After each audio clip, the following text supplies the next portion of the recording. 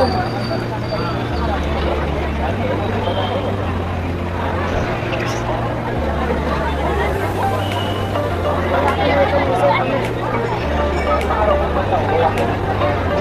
ફેર વિશે થોડુંક સમજાવો.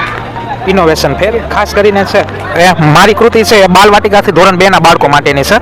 મારી કૃતિનું નામ છે પ્રતિજ્ઞા, એટલે કે પ્રવૃત્તિ ટેકનોલોજી TLM ટોયસ દ્વારા જ્ઞાન. મારી પ્રાથમિક શાળા ગોકલગોળ પ્રાથમિક શાળા, જેમાં ખાસ કરીને નાના બાળકોને છે વિવિધ પ્રવૃત્તિઓ દ્વારા છે માહિતી મળે એના માટે વિવિધ છે TLM અને રમકડાનું નિર્માણ કરેલું છે. ખાસ કરીને જ્યારે બાલવાટિકામાં આપણું બાળક આવે ત્યારે છે એમના આંગળાઓના વિકાસ માટે અને માનસિક શક્તિઓના વિકાસ માટે છે TLM બનાવેલા છે. 2 આંગળીઓ રાખીને લાલ તો કે લાલ ઉપર બંને હાથ ડાબો અને જમણો હાથ રાખશે, એ રીતે એમને કલરનો ખ્યાલ આવશે અને માનસિક ક્ષમતાનો છે વિકાસ થશે. એ ઉપરાંત છે 1 થી 9 એકડા માટે બાળકના માનસિક શક્તિના વિકાસ માટે અલગ બહાર કઈ રીતે નીકળી શકે, અહીંયા છે 1 થી 9 અંકો છે અલગ અલગ રીતે આપેલા છે અને બાળક છે એની જાતે છે એ બુદ્ધિનો ઉપયોગ કરીને કેવી રીતના અહીંથી બહાર નીકળવું એ કરશે. એ ઉપરાંત છે એ નાના બાળકો માટેની મેં બુક બનાવેલી છે, જાતે તૈયાર કરેલી છે, નમગજથી જે ચાલુ થાય છે. આનો ફાયદો એ છે કે શબ્દ વાક્યો અને ચિત્રો એક ક્રમમાં લીધેલું છે અને આપણે પ્રિન્ટ કાઢી લઈએ અને લેમિનેશન કરી નાખીએ તો કાયમીના છે કાર્ડ થઈ જશે બાળકો માટે. એ ઉપરાંત છે જોડાક્ષરો માટે ધોરણ 2 ના બાળકોને છે ઘણી ભૂલો આવે છે અને આપણને જોડાક્ષરો પણ યાદ નથી હોતા, એના માટેની એક સ્પેશિયલ બુક બનાવેલી છે જે જોડાક્ષર પોથી નામ આપેલ છે. આમાં વિવિધ જોડાક્ષરો છે એ આવેલા છે.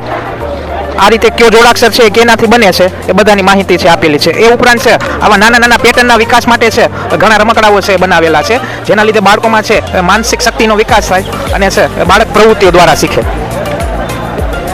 એ ઉપરાંત છે સ્થાન કિંમત માટે છે આપણે 12 તો કે એમાં 1 ની સ્થાન કિંમત શું થશે તો બાળક છે એ કાર્ડ ખોલશે એટલે થશે કે 10 ને 2 12.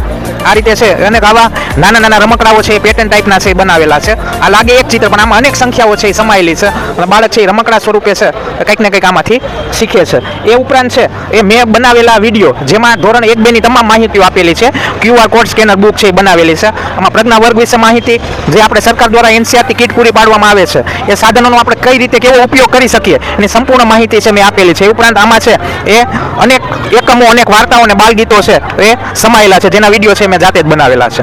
એ ઉપરાંત અહીંયા પણ છે એક પોસ્ટર છે જે બાળકો જાતે બનાવે છે. આમાં ધોરણ બાલવાટિકાથી લઈ અને 2 નું જે પાયાનું શિક્ષણ છે જે આપણું નિપુણ ભારતનું લક્ષ્ય છે એ તમામ સર થઈ જાય અને બાળકો સ્વરથી લઈ વ્યંજન સુધી પરિચિત થાય એના માટેની છે આ એક રમત ચાર્ટ છે એ બનાવેલો છે.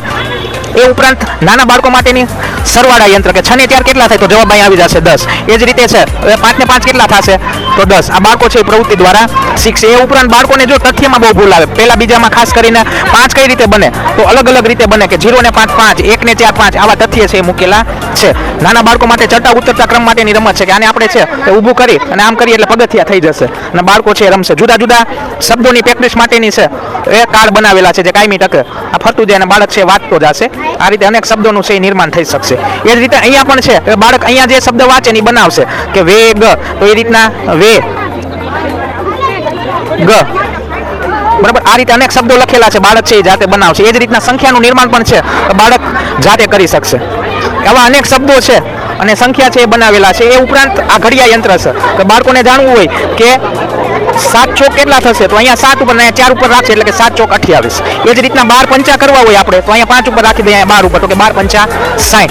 એ જ રીતના અહીંયાથી 1 થી 100 એકડાનું નિર્માણ છે આપણે કરી શકીએ કે 51 52 53 54 55 56. એ રીતના બાળકોને છે એ દઢીકરણની પ્રવૃત્તિઓ કરી શકશે. અહીંયા બીજા માટે સામાન્ય વ્યાકરણ પરિચય છે જે સમાનાર્થી શબ્દો આપણે કહી શકીએ કે દિવાલ તો કે ભીત.